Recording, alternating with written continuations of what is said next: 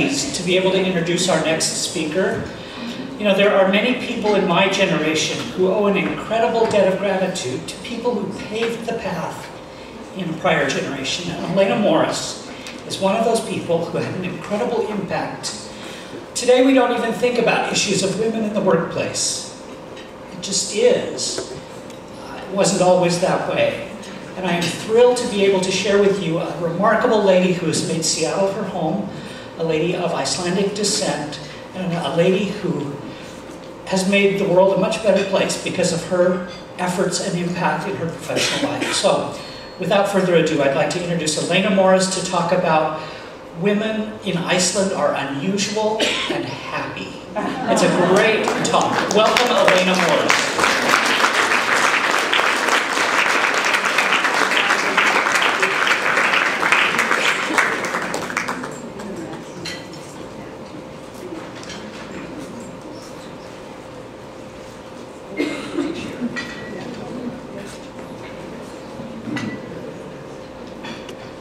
Well, I am very, very glad to be here with you. And when David Johnson and Linda Rosso asked me to speak, I said, well, what's the theme of the conference? And they said, home, the whole concept of home. And I said, well, my favorite topic is women, and so women have always been known as the homemakers. So that fits. And so I'm thrilled to be here to talk with you. But you know, the word home has been loaded with emotion. Some of it positive, but for many others, the emotions are very mixed. I can imagine the very first Icelandic women trying to make homes in that harsh environment. It could not have been easy. I was surprised to discover that many of those first women in Iceland were not of Nordic background. Rather, they were of Irish or Scots heritage. In the 1st century after Christ, the Vikings realized that they needed some women. That wasn't too dark to read, but they realized that they needed some women to colonize this land that they had discovered. And instead of going all the way back to Norway, they sailed to Ireland and Scotland. These women have been referred to by historians as virtual slaves, having been taken away from their families and brought to a harsh landscape where they were expected to create homes and children.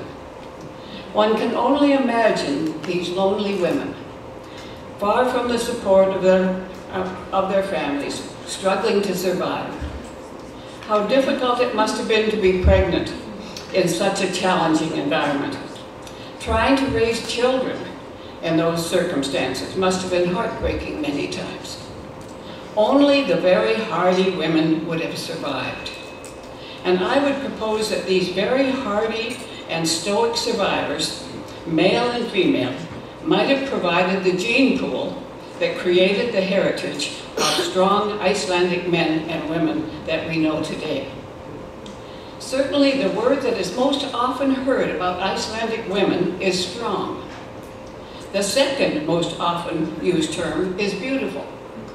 In fact, when I went to my computer and Googled the term Icelandic women, the first 2 pages of items were mostly about beautiful Icelandic women who had won 3 out of the last 10 Miss Universe beauty contests, and articles about how free love was easy to get in Reykjavik,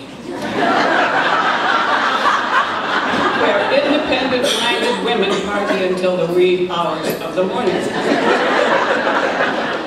Now, there are theories about this independent-mindedness that came about because Icelandic men were gone for long periods of time fishing, and the women got used to running things. But that doesn't really explain things.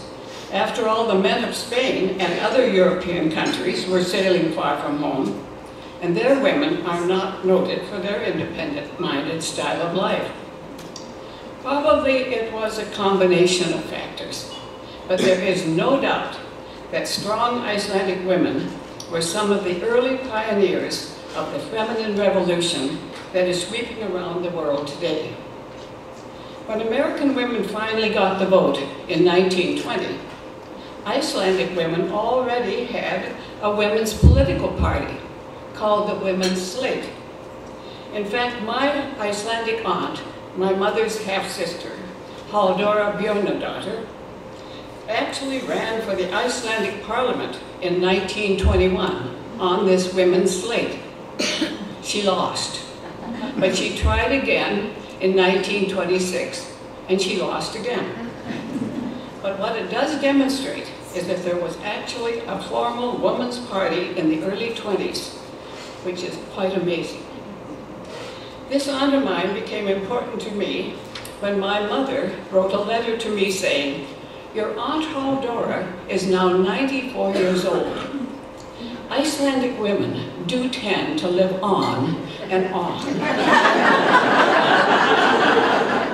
And her penmanship sort of went off the edge of the letter. I thought about that for a couple of minutes, and then I did my math. I was 39 at the time, and I realized that I might live for another 55 years. That realization caused me to go back to school, back to college at age 41. I mean 41. Back to college at age 41 to begin a second half of my life. But then Aunt Halldóra didn't die till she was 108. I did the math again and subtracted my age at that time, which was 53. And I realized I might still have 55 years. And now I am 85, with possibly 23 years ahead, God willing. I'm not sure whether that's a blessing or a curse. But to get back to the main story, these independent Icelandic women like my aunt were way ahead of the feminine revolution that really got going in the 1960s in Europe and Canada and the States, which is now coming alive in almost every country, even the most socially conservative like Saudi Arabia. Icelandic women have worked to become a high percentage of leaders in business, politics, and government in Iceland. These leaders have led the way to legislation that has addressed the issues that everyone needs to be healthy and productive. The net result is, in the 2011 United Nations yearly survey of the welfare of women around the world, Iceland came in first. The United States was 27. Now, of course, some of that difference was understandable because we have such a huge population and we have so much diversity within our 340 million people. But the largest reason was a difference in government priorities. In Iceland, children are treasured, and motherhood is honored. In fact, that women are in leadership positions both in government and the private sector means that women's values and women's priorities are practiced in Iceland. But in the United States, that is not the case. In a wonderful book by Rihanna Eisler called The Real Wealth of Nations, she says that the real wealth of a nation is the people who nurture the whole community in its economics, its various policies, and its day-to-day practices. Leaders who care about others as much as they care about themselves. The concept of nurturing, caring for, is what the world desperately needs in every aspect of society. And from the nurturing of the environment, to nurturing early childhood education, to nurturing practical, humane prison systems, and in creating equitable tax policies. And above all, the pursuit of peace through international bodies like the United Nations. And in all those ways, Iceland is a leader in the world in the way it spends its tax money. In the USA, we women have had very little influence over the budget of the federal government. This is a direct reflection of the difference between Iceland, which has 47% of the legislative body being female. While in the United States, we are finally celebrating the fact that 20% of the Senate is female and 17% of the House. In most states, with a few wonderful exceptions like the state of Washington, the percentage of women leaders in critical state offices is so low as to be shameful. And in Canada, while we celebrate that there are many wonderful women in top provincial leadership and many in the private sector, the United Nations ranked Canada very low in terms of their overall participation and influence of women in the political life of their country. Now, I know that all these facts sound unlikely. I certainly question them. But there are many political groups determined not to support the public policies that provide a genuine safety net. And when we talk about the safety net, we're talking about women, because 70% of those living in poverty are women, and over 75% of those that live on minimum wage are women. And the minimum wage is not a living wage. Unfortunately, we are actually going backwards in terms of state power. In state after state, right now, in the United States, including North Dakota, there is an orchestrated attack on women's right to even control their own body. Women have protested, but these ugly spirited attacks on women's freedom go on and on. The people working against women's rights to manage her own health and her own life use divide and conquer tactics, and too often, many women give in. The women in the US do not stick together. It is very different in Iceland. Icelandic women do stick together, and they speak up and demand to be heard. I remember back in 1975 when almost 90% of the Icelandic women went on a one-day strike. This strike was for better pay for women's work. And this unity is what has made them so effective in getting what they need. Work that women traditionally do finally got some respect and decent pay. I remember in the same decade, the United States had a Million Mother March in Washington, D.C. I went there full of excitement, but we didn't quite make that magic number of 1 million. And that was out of a population of approximately 150 million women. Or in plainer terms, only one woman out of 150 actually showed up. Now, I know that smaller countries can generate enthusiasm better than huge countries like Canada and the United States. But there really is something unusual about Icelandic women. Just 2 years ago, right after Iceland was named for the second time as the best place in the world for women, according to the World Economic Forum, over 1/3 of the Icelandic women took to the streets again to protest two things: the remaining 16% gender pay gap, they tend to be perfectionists, and the ugly domestic violence still not addressed and prosecuted vigorously enough in Icelandic women's eyes. 2 years ago, 50,000 women, Icelandic women, marched down the main street of Reykjavik, demanding that these two issues be addressed.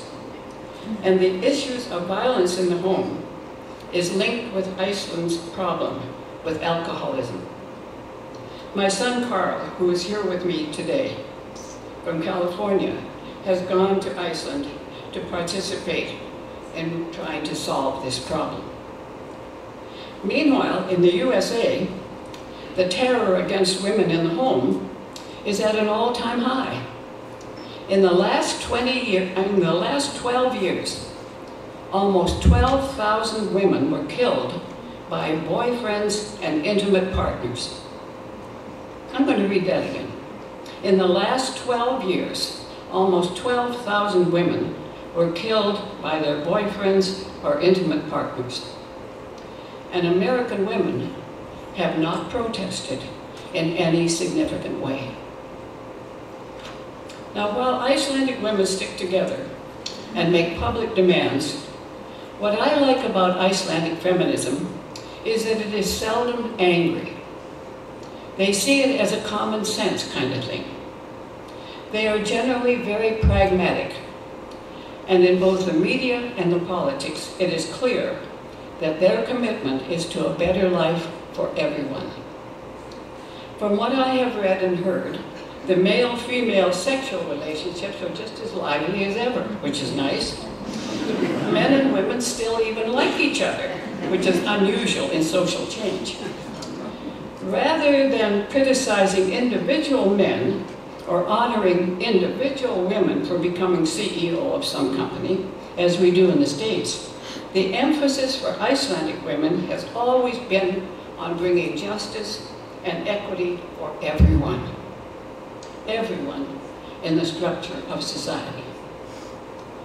They believe, as I do, that a balanced society, what the Chinese philosopher Lao Tzu called a yin-yang society, one that uses the talents and intelligence of everyone, male and female, will be a more prosperous and dynamic society, because undervaluing half the population is not smart.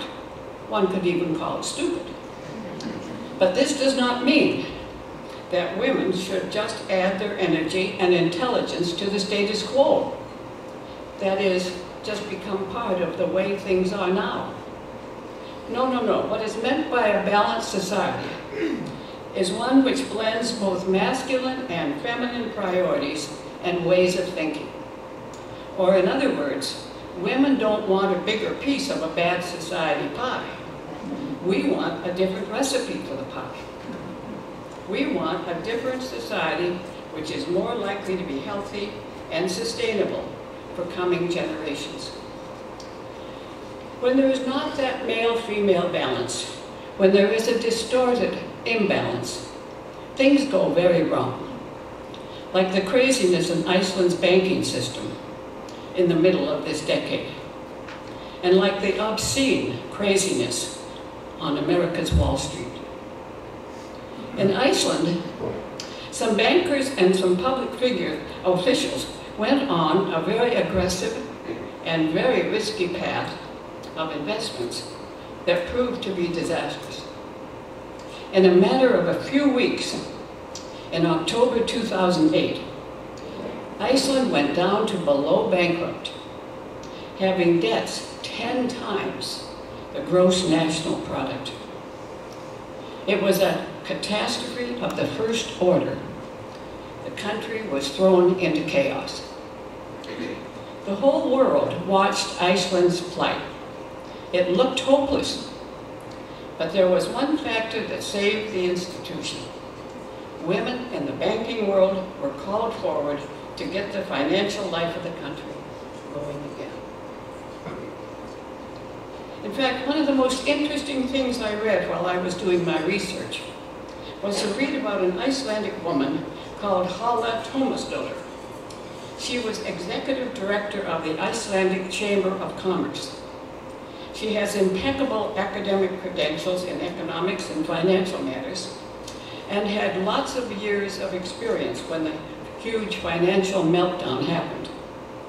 She was quoted in London papers as saying that the collapse came about because a group of men, mostly in banking, went on a crazy campaign to make the most money possible in a short time and took terrible risks with their clients' money and lost big time.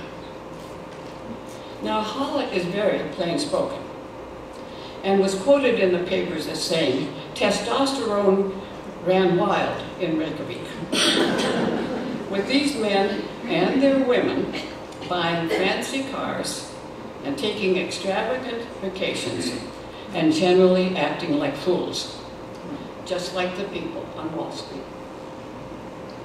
When the inevitable crash came and the International Monetary Fund had to step in to prop up the Icelandic economy, it was up to the women in the financial world of Iceland who had to clean up the mess, as the newspapers in England reported.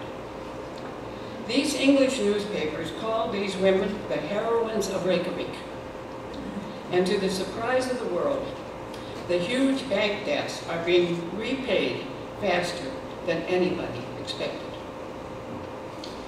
And unlike the slow-moving United States, the Icelanders are following through to prosecute those responsible for the irresponsible and fraudulent chaos.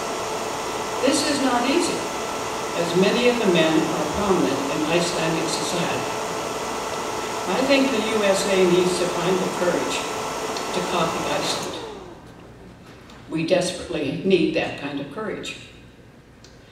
In this difficult time in Iceland, Hala and her partner, Kristen Pettersdottir, started a new financial company that she said was founded on female values and ways of thinking. She said that her company would not be interested in investments that quickly generate high yields.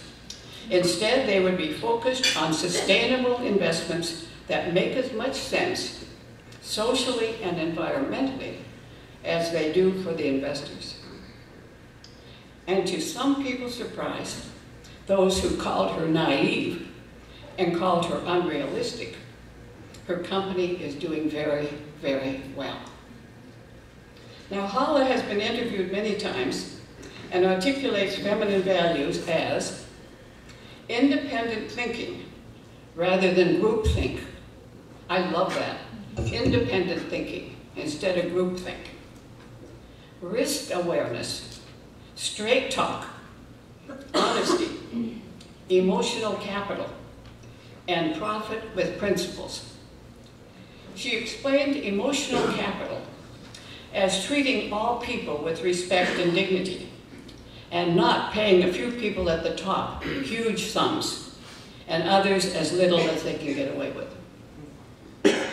This talk from Icelandic women resonates with most North American women. Deborah Tannen, who wrote the book, You Just Don't Understand Me, Men and Women in Conversation, found in her research that most women usually think in terms of a circle, symbolizing inclusion, and the goal is a sense of family and community. In contrast, according to Tannen, most men usually think in terms of a triangle, symbolizing status, and the goal is to enhance or maintain one's own level in the hierarchy. But I'm going to stop here. Please listen to the adjectives. Most men, most women, not all. And the word usually, not always. Most women usually think in circles. Most men usually think in triangles. Both ways of thinking are necessary, and a healthy society has to find a balance between individual rights, which is a hierarchical way of thinking, and responsibility to the community, which is the circle way of thinking. Icelandic women and most North American women agree. The community, the circle of inclusion, is their priority.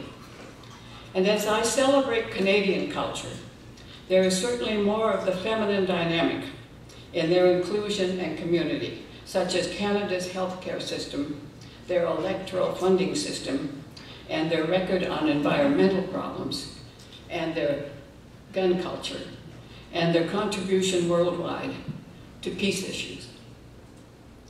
But in the American culture, there is a never-ending argument between an extreme individualism and responsibility to the community.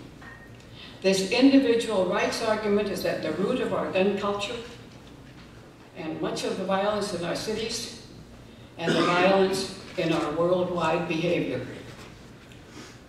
It was this worldwide behavior of violence that turned me into a feminist in the 1960s.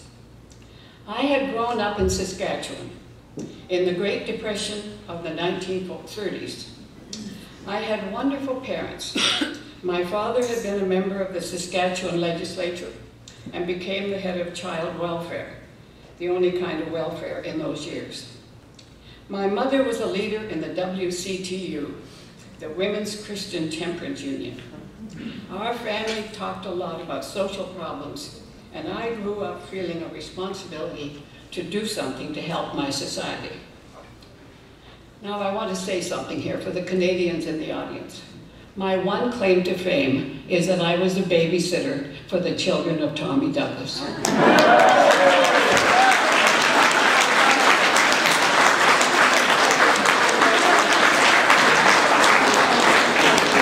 that Baptist minister and I would sit out in the car because he himself just drove me home.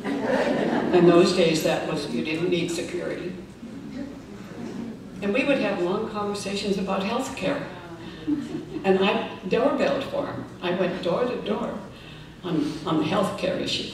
Anyway, my mother had been born and raised in Mountain, North Dakota, a small but mighty Icelandic community.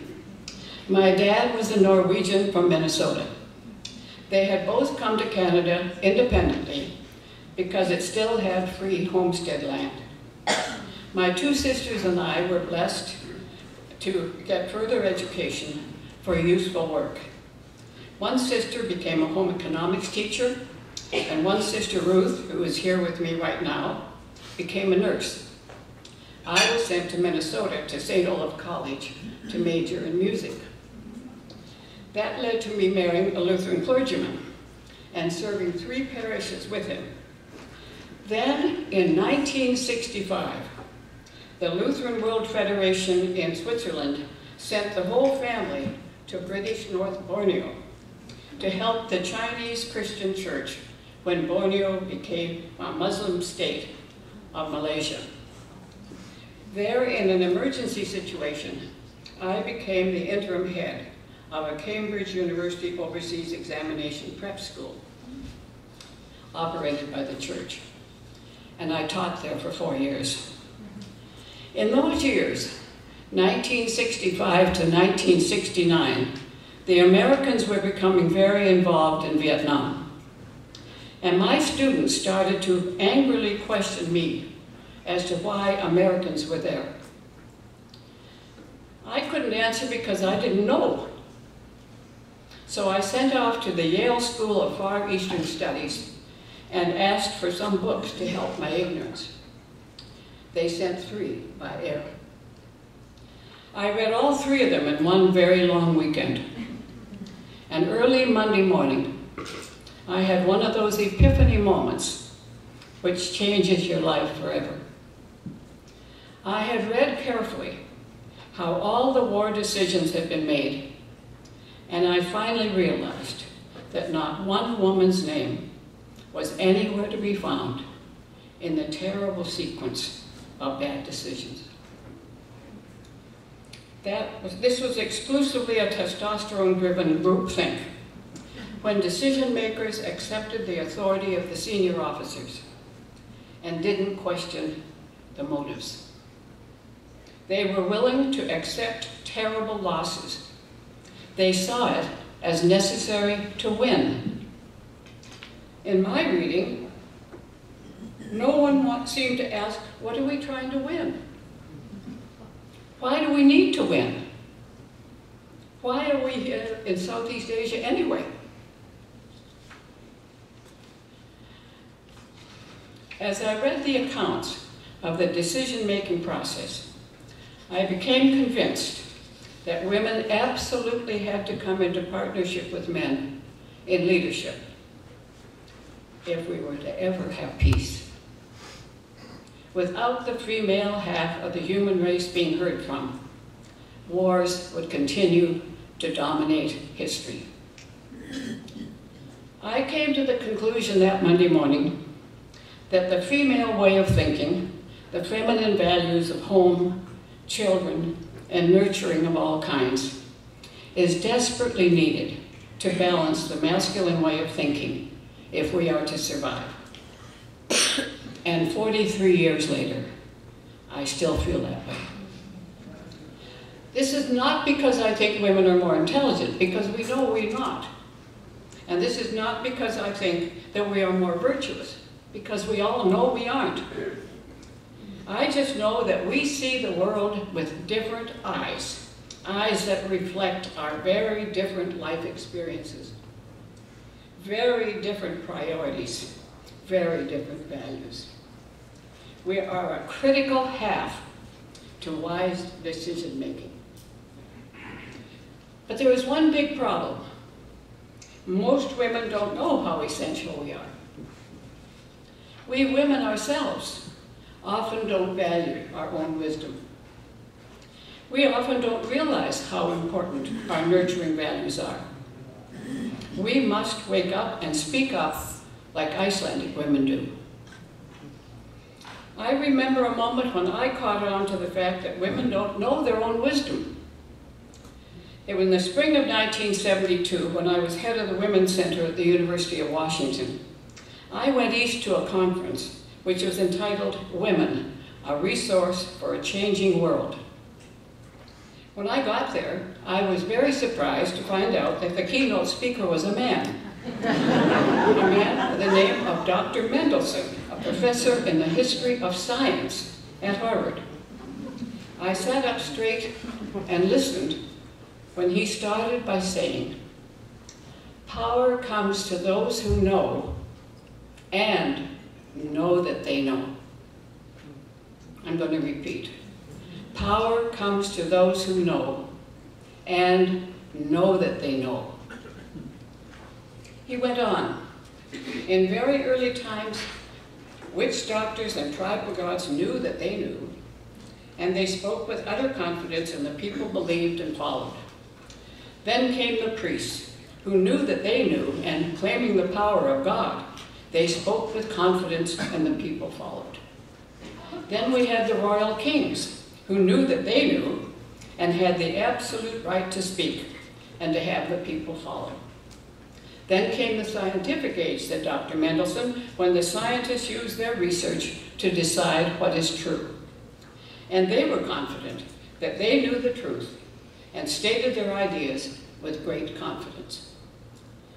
But Dr. Mendelsohn said, that reliance on facts as the only intelligent way to think is so honored that our decision makers forget the human side of things, the moral and spiritual truths that must be at the heart of good decision making. He went on to tell us that he attended a very important decision-making meeting at the Pentagon in Washington, D.C. at the start of the Vietnam War, and watched as the distinguished military leaders were shown chart after chart after chart of statistics and data of all kinds. And these good men came to the conclusion that they could win the war with perhaps only 50,000 military casualties. By the way, their statistics were good, about 52,000 military did lose their lives. That doesn't count all the ones that were wounded. When someone asked about the Vietnam casualties, military and civilian, the leaders admitted that they couldn't predict that number. When Dr. Mendelsohn looked around the Pentagon room, he said, there was not one woman in the room, not even a woman serving coffee. He realized that without women, these good men were all caught up in the same military groupthink and didn't ask the right questions and didn't challenge authority. They were thinking numbers, when women would have asked very different questions like, why should we do this? What is the real reason for this war?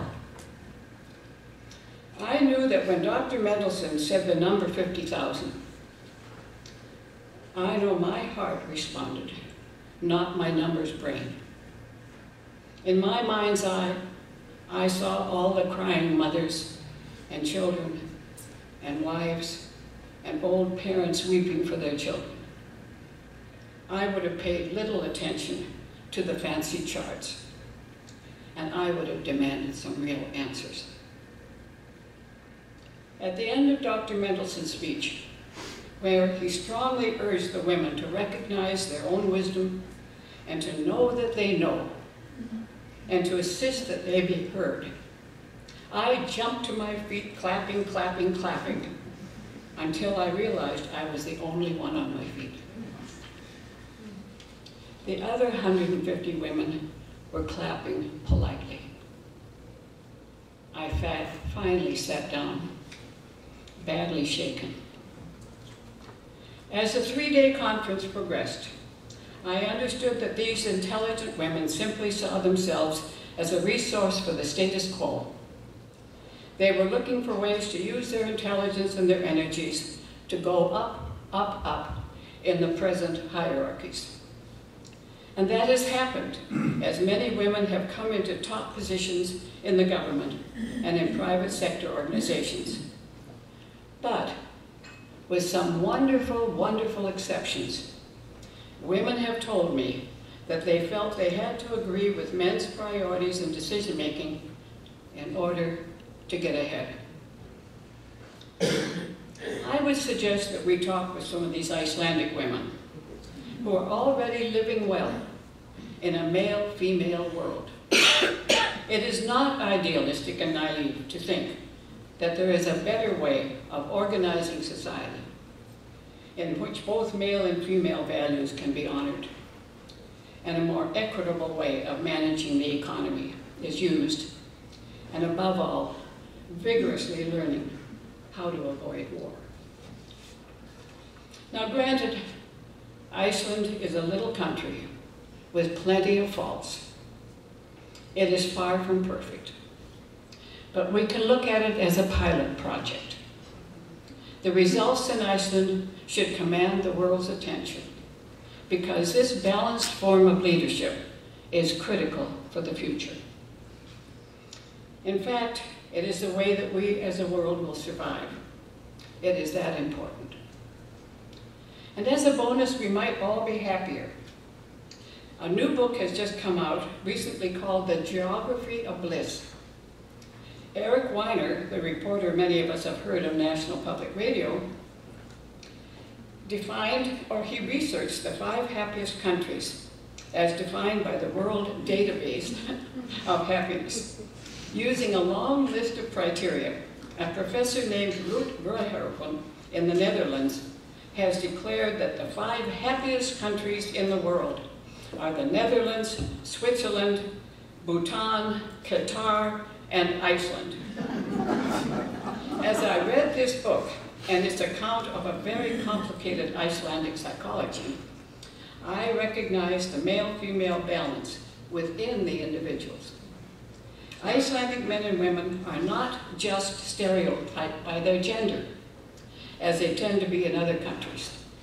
They are simply recognized as well-developed human beings using their God-given gifts in many different ways at different stages in their lives. The hydro engineer can become a poet.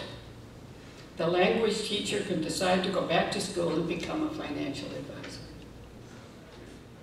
His book depicts Icelanders, both men and women, as realists who accept the fact that life is not easy, who are very hard workers, who believe in the value of taking care of their citizens, in supporting the arts, and they supporting sports and every aspect of their community.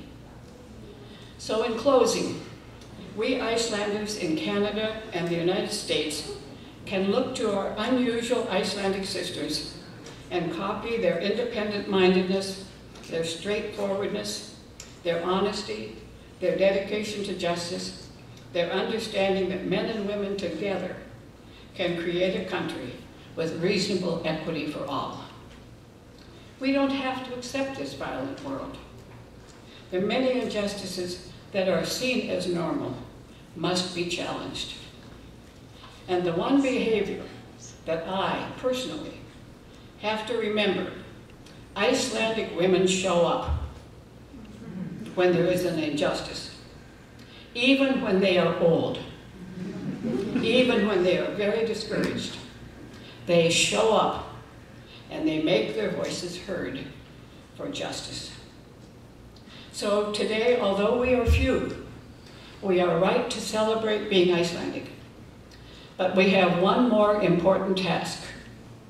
We have to convince the rest of the world to be like Iceland.